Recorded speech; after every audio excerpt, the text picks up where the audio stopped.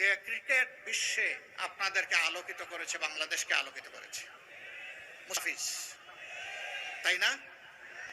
এই ছেলেটাকে পার্শ্ববর্তী দেশ একটা ফ্রেন্ডলি ম্যাচে যেতে দিল না।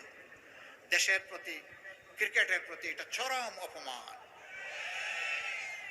বাংলাদেশের ক্রিকেট বোর্ড এরকম বিব্রতকর পরিস্থিতি ভারতে গিয়ে আবার টি-20 খেলার সিদ্ধান্ত প্রত্যাহার করেছে।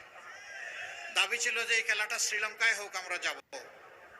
ক্রিকেট বোর্ড এই সঙ্গত দাবিটাকে মানল না। আমরা দুঃখিত, আমরা লজ্জিত। এখনো সময় আছে, আমরা অনুরোধ করি আপনারা আপনাদের সিদ্ধান্ত রিভিউ করেন।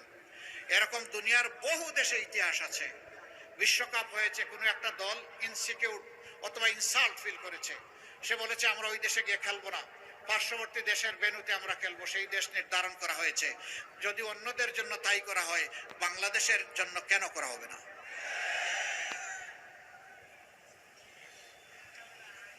দেশপ্রেমের নজির এবং সাক্ষ্য আমাদেরকে সর্বত্রই রাখতে হবে ইনশাআল্লাহ। আমরা আমাদের প্রতিবেশীদেরকে বন্ধু এবং প্রতিবেশী হিসাবে দেখতে চাই।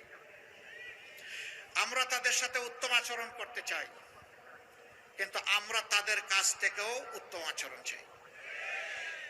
আমাদের কথা সাফ, আমরা ন্যায়সঙ্গত পন্থায় কারো কোনো ক্ষতি না করেই তাদের সাথে উত্তম সম্পর্ক আমরা রাখতে চাই। আমরা উত্তম বন্ধু হিসাবে রাখতে চাই, কিন্তু আল্লাহর কসম আমরা কাউকে প্রভু হিসাবে আসতে দেব না।